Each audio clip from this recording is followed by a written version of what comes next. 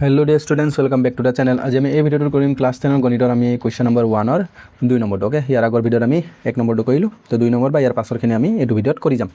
2 number प्रश्न आम कि दी आछे 3x + 4y = 10 और एटार समीकरण दी आछे 2x - 2y = 2। तो आम कि कैसे अपनयन और प्रतिस्थापन पद्धति समाधान कर लगे किन्तु आम इतना अकल अपनयन पद्धति करम ओके। प्रतिस्थापन पद्धति आम आगतो करिसिलो बा तुमलोके निजेও ट्राई कर चाब पारा ओके।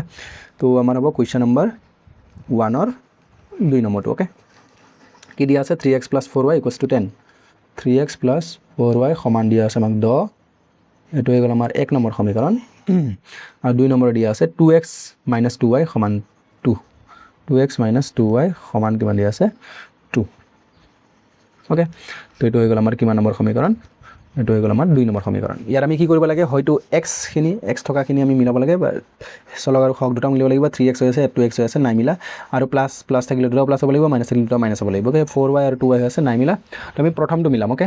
তো প্ৰথমটো মিলাবৰ কাৰণে আমি এটা আনটোৰে পূৰণ কৰিব লাগে। তো 1 পৰা আমি কি কৰিম 2টো আমি বিয়োগ কৰিম ওকে। অপনয়ন পদ্ধতিত আমি কি কৰোঁ বিয়োগ কৰোঁ কিন্তু বিয়োগ কৰাৰ আগতে আমি 1 নম্বৰক পূৰণ কৰিব লাগিব কিহেৰে ইয়াত 2 নম্বৰ সমীকৰণত 2 আছে তো x ৰ হক সেই কাৰণে আমি কিহেৰে পূৰণ কৰিম 2 ৰে পূৰণ কৰিম।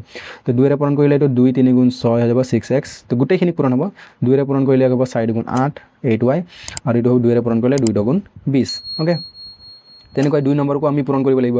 তো এই 2 নম্বৰ সমীকৰণৰ আমাৰ ইয়াত কি আছে 3 আছে x ৰ লগত x ৰ হক সেই কাৰণে আমি কিহেৰে পূৰণ কৰিম 3 ৰে।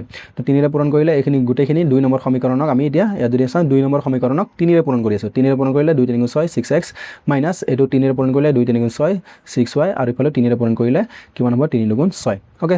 এটা আমি বিয়োগ কৰি আছো বিয়োগ কৰিলে এটো প্লাসটো হৈ যায় মাইনাস এটো মাইনাস থাকিলে আমাৰ কি হয় প্লাস আৰু এটো প্লাস থাকিলে আমাৰ কি হয় মাইনাস হয় ওকে। যদি এইটো ভালকৈ বুজি পোৱা নাই তেনে ইয়াৰ আগৰ ভিডিঅ'টো চাই ল'ব পাৰা তাত মই অলপমান দীঘলকৈ বুজাই দিছোঁ ওকে অলপ বেছিকৈ বুজাইছোঁ তাত সেইটো চালে তোমালোকে বুজি ল'ব পাৰিবা ওকে। এতিয়া ইয়াত যদি আমি চাওঁ এইটো আৰু এইটো মিলি আছে এটা প্লাছত আৰু এটা মাইনাছত আছে এটা ব্ৰেকেটত থকা আমি চিনটো চাম এটা প্লাছত আৰু এটা মাইনাছত তো এটা প্লাছ আৰু এটা মাইনাছ থাকিলেতো সেম টু সেম 0 হৈ যাব এইটো প্লাছ দুটা একে চিন থাকিলে যোগ হয়।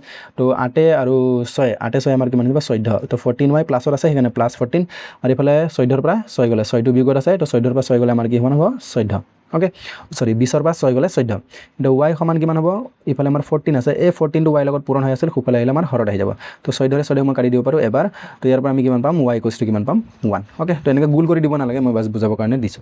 তো আমি কি কৰিম y ৰ মানটো আমি 1 বা 2 যত হলো পাতি দিলে হ'ব। তো y ৰ মান আমি পাতি দিম 1 y ৰ মান কাৰণ x ৰ মানটো পোৱা নাই হয়নে তেতিয়া আমি পাতি দিলে x ৰ মান পাম y ৰ মান 1ত পাতি পাওঁ এইটো তোমালোকে পাইছিলে প্ৰতিস্থাপন পদ্ধতি।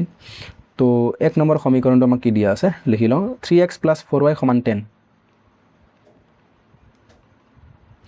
ওকে। তো 3 মানে 3 আৰু x মানে x প্লাস 4 * y মানে কিমান হ'ব y মানে আছে আমাৰ 1 তো 1 সমান কিমান হ'ল 10 তো ইয়াৰ পৰা আমি কি কৰিম তো 3x to 3x থাকিব খুফালে আমাৰ কি আছে 10 এটা যদি মই ভালকে চাওঁ এটা 4 * 4 হ'ব আৰু ইফালে যোগ আছে তো যোগতে থাকিব আৰু খুফালে গলে কি হৈ যাব -4 ওকে। এটা যদি এইটো মই মাইনাস কৰি দিওঁ মাইনাস কৰিলে কি হ'ব 10 ৰ পৰা 4 গ'লে আমাৰ থাকি যাব 6 এটা 3টো ইয়াৰ হৈ আছিল আমাৰ পূৰণ এটা ইয়াতটো 3 মই লিখা নাই তো ইফালে গুচি যাব হৰত আহি যাব তো এইটো হৈ যাব আমাৰ তলত তো 2 ৰে 6 কাটিব আৰু 3 ৰে 6 কাটিব আৰু দুবাৰ 2 3 × 6 তেতিয়া আমি কিমান পালো x ৰ মান পালো 2 আৰু y ৰ মান আমাৰ কিমান আছিল y ৰ মান 1 তো এইটো হৈ গ'ল আমাৰ কোৱেশ্চন নম্বৰ 2 ৰ নিৰ্ণয় সমাধান ওকে।